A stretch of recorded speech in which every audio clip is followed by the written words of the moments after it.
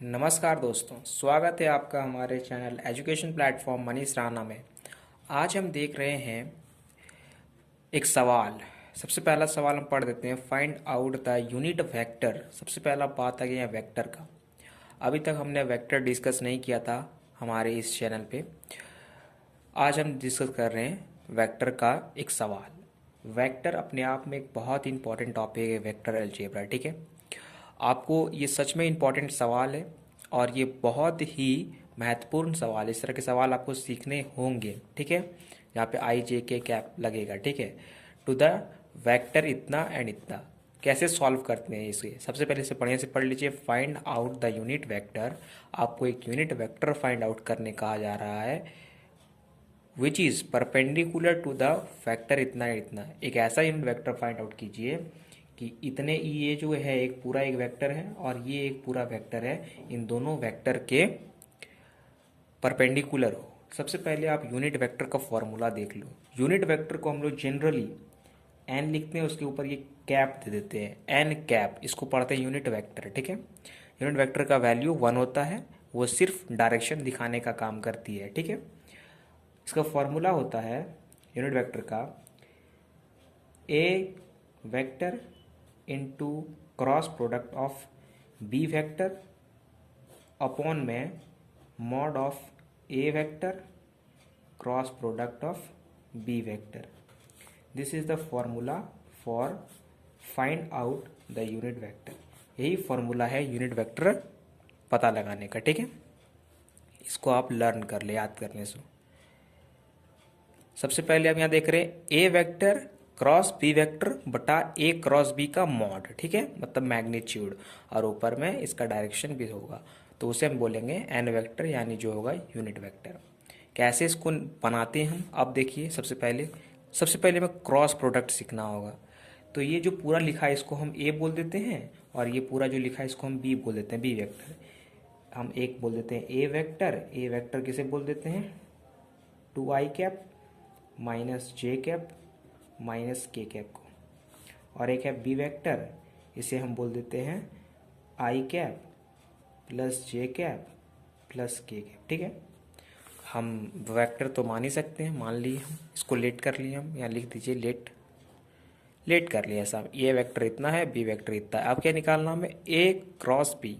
हमें ए cross B निकालना है। ए क्रॉस बी कैसे निकालते हैं, जब भी हम ए वेक्टर को बी वेक्टर के साथ क्रॉस करते हैं तो हम लगाते हैं डिटर्मिनेंट का मेथड। ठीक है, कैसे, फर्स्ट ऑफ ऑल इस तरह से लिखा जाता है आई कैप जे कैप और के कैप, और इसके बाद जो है आई कैप के पास उसके नीचे लिया दिया जाता है जे कैप उसके नीचे, और के कैप मतलब इसका कॉफिशिएंट कितना है, यहाँ पे 2 है, यहाँ 1 है, यहाँ पे -1 है, यहाँ पर 1 है, यहाँ पे -1 है, और यहाँ पे +1 है। ठीक है, लिख दिया गया। अब इस डिटर्मिनेंट को सॉल्व किया जाता है और इसका वैल्यू निकाला जाता है। कैसे, सबसे पहले इस डिटर्मिनेंट को आप सॉल्व कीजिए। कितना आएगा इस डिटर्मिनेंट को सॉल्व करने पर, ये आपको डिटर्मिनेंट में हमने सिखा रखा है कैसे करते हैं सॉल्व। आई कैप, अब यहाँ पे ये गया तो बचा ये चारों, तो इसको करेंगे अगर हम लोग तो -1 और यहाँ पे आ जाएगा +1। ठीक है, उसके बाद फिर आता है माइनस जे कैप देखेंगे, माइनस जे कैप। उसके बाद ये गया, अब इससे क्रॉस मल्टीप्लिकेशन होगा, यानी 2, और ये माइनस और माइनस +1 हो जाएगा।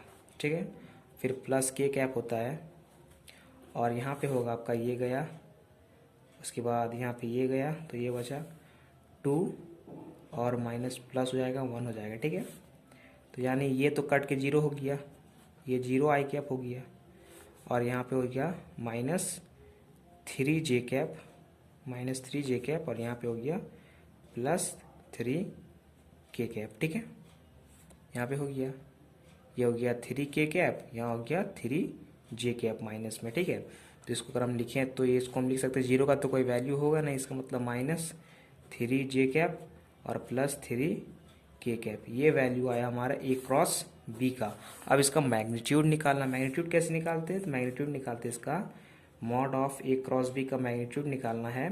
तो बस जितना इसका कॉफिशिएंट है आई जे के का, उसको अंडर रूट लेके स्क्वायर कर देना है। 0 का स्क्वायर प्लस 3 का स्क्वायर प्लस 3 का स्क्वायर, ठीक है। तो ये हो गया रूट अंडर ये 9 plus 9 equal to root under 18। ये हो गया magnitude of A cross B. हमको ए क्रॉस बी भी मिल चुका है इतना, और हमको mod of A cross B मिल चुका है इतना, ठीक है। अब क्या करना है हमें, अब हमें इस फॉर्मूले में पुट करके आंसर निकाल देना है। जैसे हमको यहाँ पे चाहिए एन कैप, एन कैप हमारा एक यूनिट वेक्टर है।